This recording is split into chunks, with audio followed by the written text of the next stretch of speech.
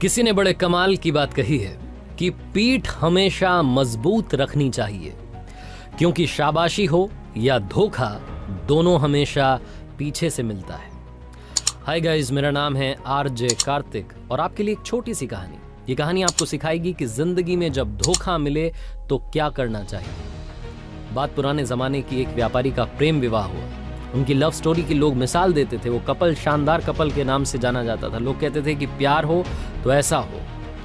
हर किसी को उनके एक ट्रेडिशन के बारे में मालूम था। पूरे नगर में जब मशालें बुझ जाती थीं तब भी उनकी छत पर एक मशाल जल रही होती थी, पूरी रात जलती थी। उनके प्रेम के बारे में वहां के राजा रानी को भी मालूम था। एक दिन राजमहल की छत पर खड़े होकर के राजा साहब अपनी रानी के साथ में आकाश निहार रहे थे, चांद तारे देख रहे थे। उसके बाद में नीचे अपने नगर को देखा।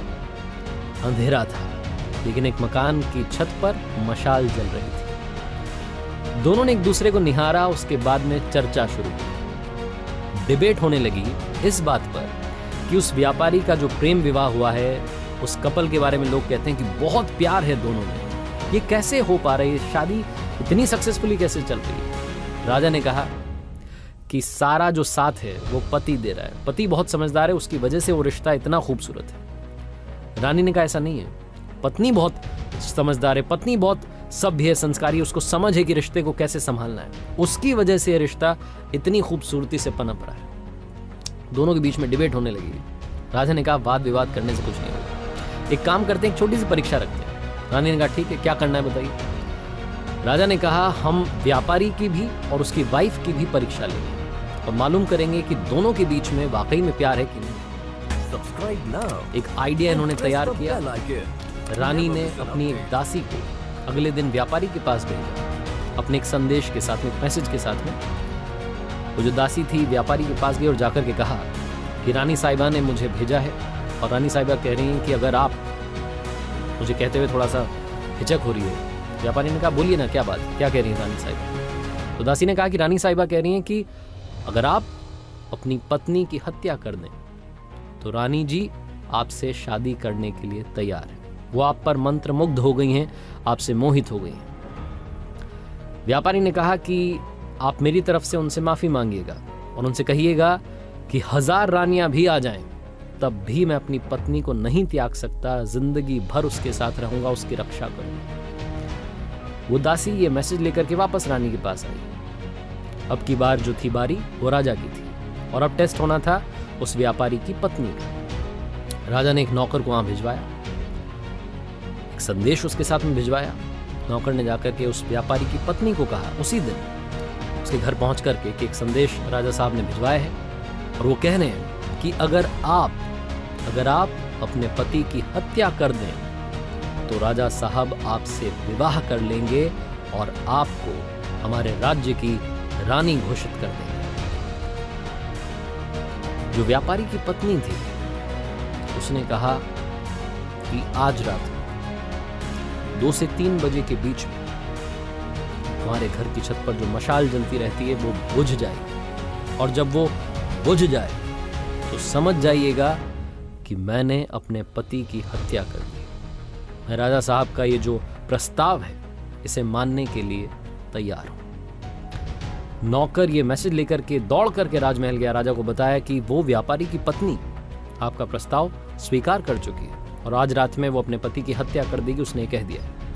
राजा ने फटाफट से अपने सैनिकों की एक टुकड़ी तैयार की और कहा कि देखिए हमें बचाव के लिए तैयार रहना। जैसे वो मशाल बुझेगी फटाफट से उस व्यापारी घर में जाना है, उसको बचाना है, उसकी जान बचानी है। सबने कहा ठीक है।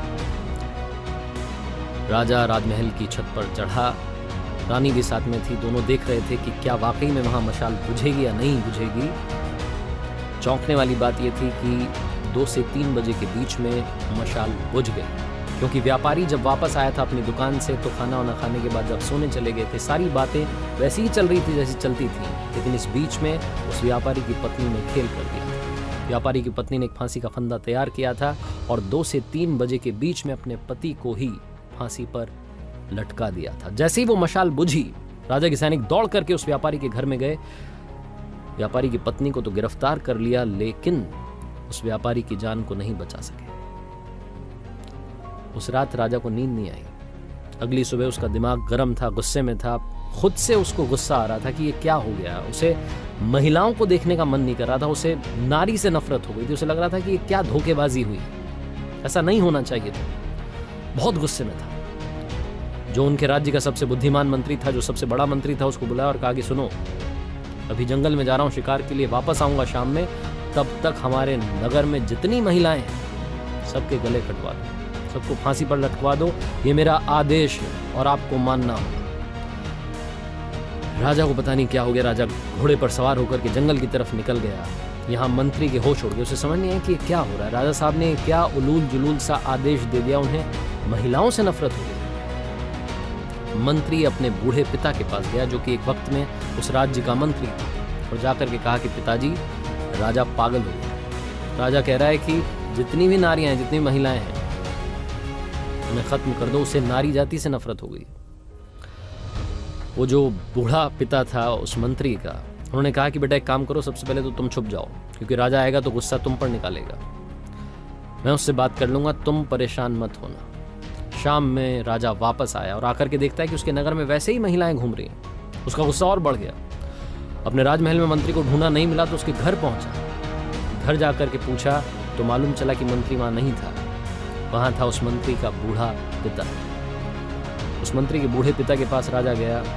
उस मंत्री के बूढ़े पिता ने कहा, राजा साहब की जयकार। राजा साहब कैसे आना हुआ? राजा तो गुस्से में भरा हुआ था। उसने बोला कि तुम्हारा बेटा कहाँ गया? उसको मैंने एक आदेश दिया था, उसने माना नहीं। अब मैं उसका गला सबसे पहले कटवाऊं, मुझे उससे नफरत हो रही है। मंत्री के बूढ़े पिता ने राजा से कहा कि मुझे मालूम है आप क्यों परेशान हैं। आपके एक फैसले की वजह से एक व्यक्ति की जान चली गई, और आपके सामने जो आपको लगता था कि प्यार वाला रिश्ता है, वो धोखेबाजी वाला रिश्ता नहीं है। आप वो जो धोखा मिला है उससे परेशान हैं। इस बात से आपको अंदर ही अंदर इस बात ने इतना परेशान कर दिया है कि आप सारी नारियों को खत्म करना चाहते हैं। लेकिन राजा साहब, आपका आदेश माना जाए उससे पहले, क्योंकि मैं आपके पिताजी के राजपाट जब उनका था, उस वक्त मैं मंत्री था, तो मेरी एक छोटी सी बात सुन लीजिए। कहानी मैं आपको सुना देता हूँ, आपको सब समझ में आ जाएगा। राजा ने कहा, सुनाइए फटाफट से, क्या बात है आपके पास? तो उस मंत्री के बूढ़े पिता ने, जो एक वक्त में उस राज्य का मंत्री था, उसने एक छोटी सी कहानी सुनाई। उसने कहा कि राजा साहब, एक बार मैं आपके पिताजी के साथ में शिकार के लिए निकला था। हम रास्ता भटक गए थे। मैं जंगल में अंदर की तरफ चला गया। मुझे बाहर निकलने का रास्ता नहीं मिल रहा था। तभी मैंने देखा कि एक योद्धा अपने घोड़े पर सवार होकर के आया।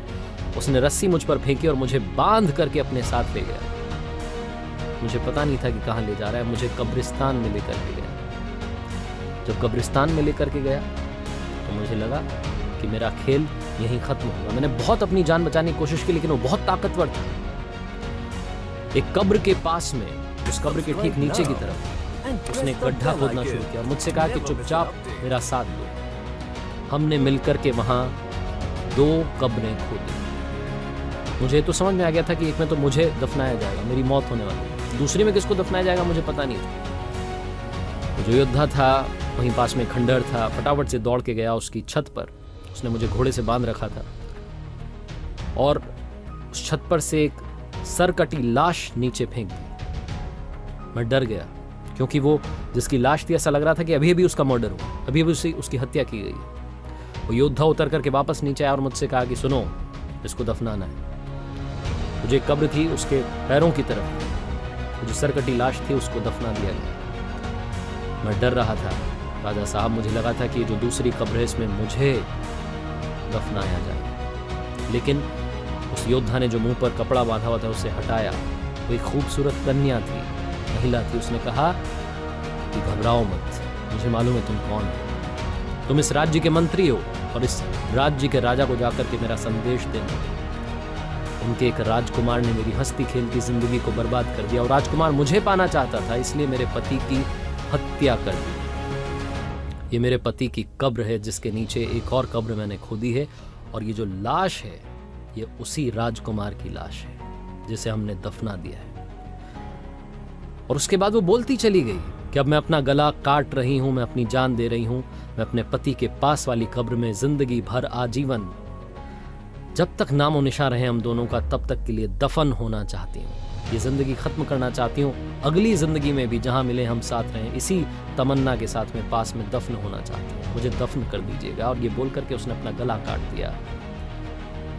राजा साहब, उस दिन मुझे समझ में आया कि सच्चा प्यार क्या होता है। उस महिला ने जो अपनी जिंदगी कुर्बान कर दी अपने पति के लिए, उसने मुझे सिखाया कि सच्चा प्यार क्या होता है।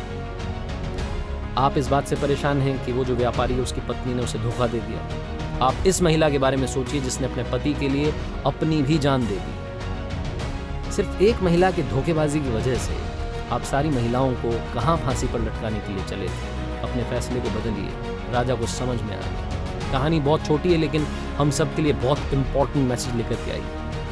हम सब लोग जिनको कभी ना कभी धोखा मिला है, हम अंदर से टूट जाते हैं। हमें लगता है कि ये लड़का ये लड़की खराब है। सारे लड़के खराब होते हैं, सारी लड़कियां खराब होती हैं। किसी एक व्यक्ति की वजह से जिसने आपको धोखा दिया है, बाकियों को भी उसी तराजू में तौलना बंद कीजिए।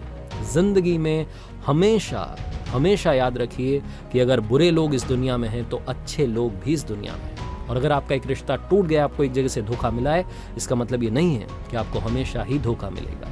जिंदगी में प्यार जरूर मिलेगा, ये विश्वास रखिए। और अगर आपको प्यार मिल जाए तो प्यार करो इतना कि दुनिया करना चाहे